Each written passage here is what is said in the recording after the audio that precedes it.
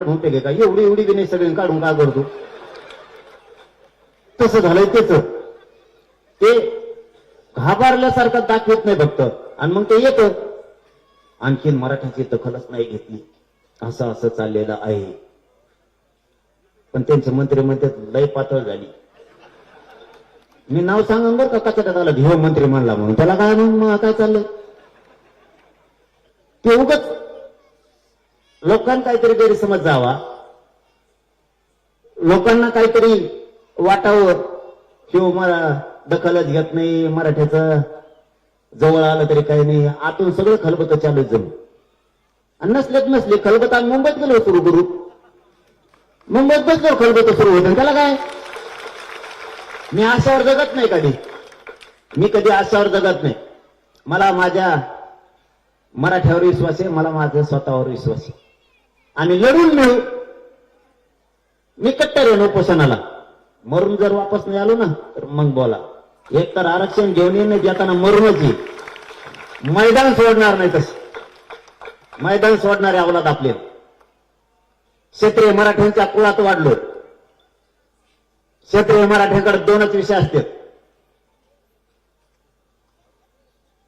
मैदानात जर उतरलं विजयाचा टिळा लावून वापस यायचा नसता मरून वापस यायचे क्षेत्रीय मराठ्यांचं वाक्य असा अर्घ सोडित नसतो. फळकोटा नाही परत एक वर्षभर केलं 2-3 महिने केलं आणि बस झाला आता कव्हर करू तुकडाच पाडणार आरक्षणाचा अर्धवट नाही सोडणार. मी वेळ देऊ किती काही लोकांना वाटत असेल यांनी सरकार सगळं चर्चा करावं वेळ द्यावा किती वेळ देऊ भाऊ तुम्हाला आत्ताचं उपोषण आठवत आहे का शेवटचं मुख्यमंत्र्याच्या वतीनं मुद्दाम सांगतोय राज्य ऐकतंय सगळं तुम्हाला पण माहित असं म्हणून पुन्हा पुन्हा आठवण करून देतोय आणि ज्यांना ज्यांना मुंबईत वाटतंय की आमच्यामुळे ट्रॅफिक जाम होईल किंवा मुंबई जाम होईल खास करून मुंबईकरांसाठी पण सांगतो या छत्रपती संभाजीनगर मधून जाहीरपणा सांगतो आता शेवटचं उपोषण झालं त्यावेळेस सुरेश धस साहेब आले होते आणि त्यांनी सांगितलं मला मुख्यमंत्र्यांनी पाठवलं हे सगळे मीडियात आले आत्ताच सरकार स्थापन झालंय ऐका बघा आत्ताच सरकार स्थापन झालंय. मी म्हणलं झालं की 1 महिन्याची वेळ घ्यावा कारण त्यावेळेस 3-4 महिने झाले होते 3 महिने 1 महिन्याची वेळ घ्या ते म्हणले नाही 3 महिन्याचा वेळ घ्या. आता सरकार स्थापन झालं 8 महिने झाले म्हणजे त्यांना देतात 3 महिन्याचा वेळ 6 महिने झाले दुप्पट. मुंबईकरांना सांगणं हे चूक आमची का त्यांची तुम्हीच सांगा. गॅजेटियर तिन्ही पण हैदराबादच्या सह 11 महिने झाले 11 महिने घेतलेलं कधी लागू करायचं काय त्याच्यात वाचण्यासारखं तुम्ही जर म्हणता मला अभ्यास करायचा मला वाचायचं त्यात वाचण्यासारखं काय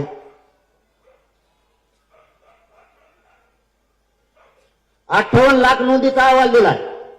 मराठा आणि कुणबी एक ही पहिली मागणी आपली. त्यावेळेस गिरीश महाजन साहेब म्हणले होते कुठलाही कायदा पारित करताना आधार लागतो. ठीक आहे म्हणलं आधार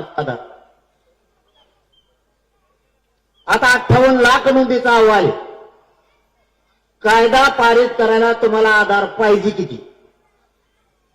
ओबीसी जेवढ्या जाती गेल्या त्यांचा कोणाचा आधार नाही तरी पण आरक्षण दिलं गेलं. आमचं कुठं पोट दुखतंय तुमच्यासारखं तुमच्या लेकरा बाळाचं कल्याण झालं राहू द्या तुम्हाला पण 58 लाख नोंदीचा अहवाल आहे. आता हरकत काय मराठा आणि कुणबी एक जे आर काढायला सरळ आणि सोपं. प्रत्येक वेळेस दिला वाशीतून आधी सूचना काढली सगळ्या सोयऱ्यांची त्याला सुद्धा वेळच म्हणते 1.5 वर्ष झालं. किती वेळ द्यायचा मुंबईकरांना त्रास होऊ नये सरकारला त्रास होऊ नये म्हणून मराठ्यांनी ती भूमिका घेतलीच ना. वेळोवेळी तुम्ही अडचणीत नाही आले पाहिजे आम्ही पण अडचणीत नाही आलो पाहिजे. तुम्ही 6 महिन्यात सगळ्या सोयीची अंमलबजावणी करू म्हणले, का केली नाही? काय चूक आहे बाबा आमची? आता प्रश्न आहे, आम्ही तुमचं का ऐकावं? मुंबईत येऊ नये हे काय ऐकावं आम्ही? काय चूक आहे आमची? 2 महिने मागितले, 3 महिने दिले. 30 दिवस मागितले, 40 दिवस दिले. हे मुद्दाम मी सविस्तर सांगायला लागलो, कारण मला वाटतं आता ही याच्यानंतर बैठकच होणार नाहीये. कारण मला सुद्धा थांबून आमचं हे निवेदन सुरू आहे अंतर्वाली, त्यामुळे आता गाव सोडत नाही आम्हाला. म्हणून सविस्तर यासाठीच सांगायला, वेळ द्यायचा यांना किती. चूक दाखवा मला. तुम्ही आडमुठेपणा करायला लागले. चला समाजाचं ऐकतोय. प्रत्येक वेळेस वेळ दिलाय.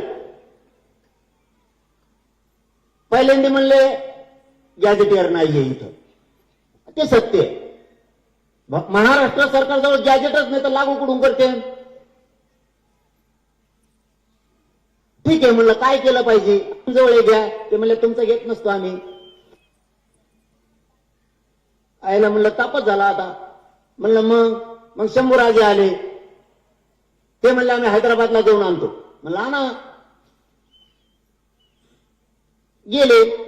तिथला मुख्य सचिव म्हणे आम्ही तुमच्याकडे देत नसतो, कारण तुम्ही सरकार आहे, शासनाकडे आम्ही देत नाही, प्रशासन पाहिजे आम्हाला. झाला का गोळ? बरं, एवढं मोठं गॅजेट जर देत होते तर मला काय चावतं का ते? एका नोंदीसाठी जीव जातो भाऊ मी, एका नोंदीसाठी एवढं मोठं गॅजेट कसं काय सोडील? गॅजेट हैदराबाद जवळ, महाराष्ट्र सरकारजवळ गॅजेटच नाही. जर असतं तर उत्तर पण देतो तुम्हाला मी. जर असतं तर शंभूराजे कशाला गेले असते मुख्य सचिवाला घेऊन दुसऱ्या वेळेस?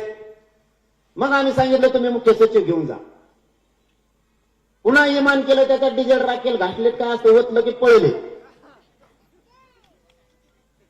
त्यांचा मुख्य सचिव, आपला मुख्य सचिव आणि शंभूराजे देसाई साहेब स्वतः आंतरवालीत येऊन त्यांनी सांगितलं 9,000 कॉप्या आम्ही अटेस्टेड करून आणल्या. आता काय अडचण आहे? तिथं एक शब्द वापरला होता, नुसतं गॅजेट आणि दस्तावेज आणून जमणार नाही. तिकडच्या सरकारनं यांना हस्तांतरित करताना जर अटेस्टेड करून दिल्या तर आपलं आरक्षण टिकत. म्हणलं अटेस्टेड करून आणा. मग शिक्के मारायला पेटा घेऊन जा आपल्या इकडून, त्या नुसते शिक्के हनादानादान. मग काय अडचण आहे? आणल्यामध्ये दिल्या. पुन्हा काय घोळ झाला काय माहित नाही. 2 महिने म्हणले समिती स्वतः आणणार आहे. म्हणलं समितीला आण म्हणा. पुन्हा समितीला इमानाचा दणकाच उठेला होता त्यांनी. पुन्हा समितीनं जाऊन आणलं.